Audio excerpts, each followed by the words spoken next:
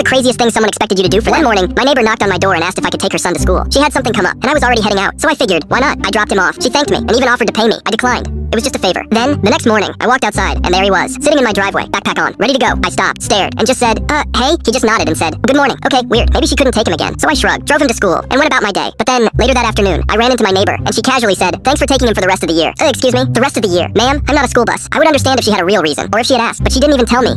She just assigned me this job like I was an unpaid Uber driver. Absolutely not. The next morning, I walked outside, and guess what? He was already waiting in the driveway. At this point, I was done. I walked up to him, shook my head, and said, come on. He sighed, grabbed his backpack, and followed me right back to his front door. I knocked. His mom opened it, and immediately started freaking out. What are you doing? You're supposed to take him. Ma'am, who said that? She went off about how I was being selfish and how I was ruining her schedule. She actually had the audacity to say, you can't just abandon him like this. Abandon him? He's your son. I tried to stay calm, but then her own son turned to her and said, Mom, why are you so lazy? She gasped like he had just exposed her deepest secret. She pointed at him, pointed at me, opened her mouth, and then just slammed the door. And the next morning, when I walked outside, her son was waiting for the bus, like a normal person. And guess what? She hasn't spoken to me since.